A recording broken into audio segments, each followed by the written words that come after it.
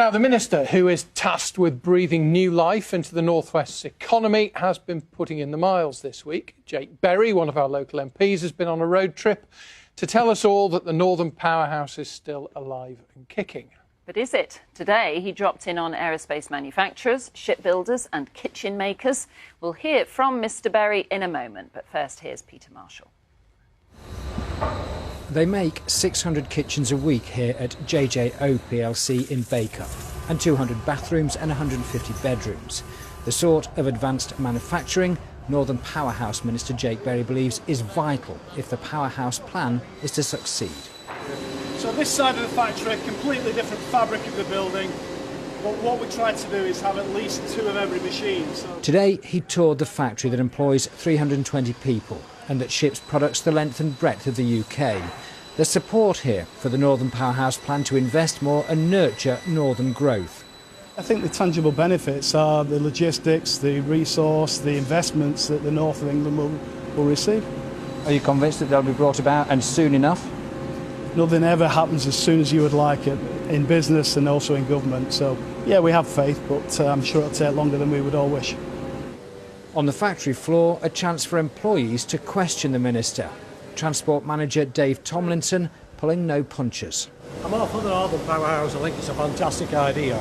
But the problem I have with the North is the roads are not fit for purpose. So far we've committed £13 billion, more money than any government in history, to improve northern road infrastructure. Are you confident that you will see improvements in the infrastructure? Well, successive governments have said that they're going to improve in the infrastructure, and it hasn't happened yet, so not really confident. But if we're going to have a Northern Powerhouse, then at least we do need that. We need the roads there. We need the M67 there from Hyde linking the M1. Today's tour also took in BAE Systems at Samlesbury, where they make sections of the new F-35 Lightning II aircraft, and the shipbuilders Camel Laird at Birkenhead. Peter Marshall, BBC North West Tonight. Well, Peter mentioned Camel Laird there. I spoke to Jake Berry while he was at the shipyard in Birkenhead, and I asked him if the government is still committed to the Northern Powerhouse project. Well, look, you couldn't have it from any better sort of source than both the Prime Minister and the Chancellor having said already this year that delivering on the Northern Powerhouse, creating that growing northern economy, is one of the top priorities of the government. And the reason it's our top priority is because if we think about Brexit and the future of Britain's economy, it is jobs like the ones we see here today in Camel Laird's making world-beating products that Britain needs to succeed on the global stage. One thing that people are very concerned about is the electrification of the Trans-Pennine railway line and the suspicion that the government is going to backtrack from that and Chris Grayling might cancel it. What are you doing to make sure that doesn't happen? Well, I've been working with the Secretary of State looking at that Trans-Pennine project. We remain absolutely committed to it.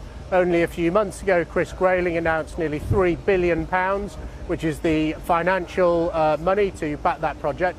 But no one who thinks about Trans-Pennine electrification would expect us to use old technology. And that's why, as part of the business case for the Trans-Pennine upgrade, we are looking at the latest technology, including hybrid trains.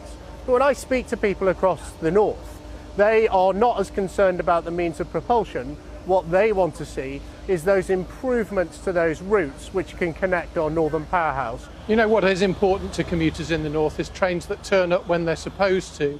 Was the government asleep at the wheel over the Northern Rail crisis this summer?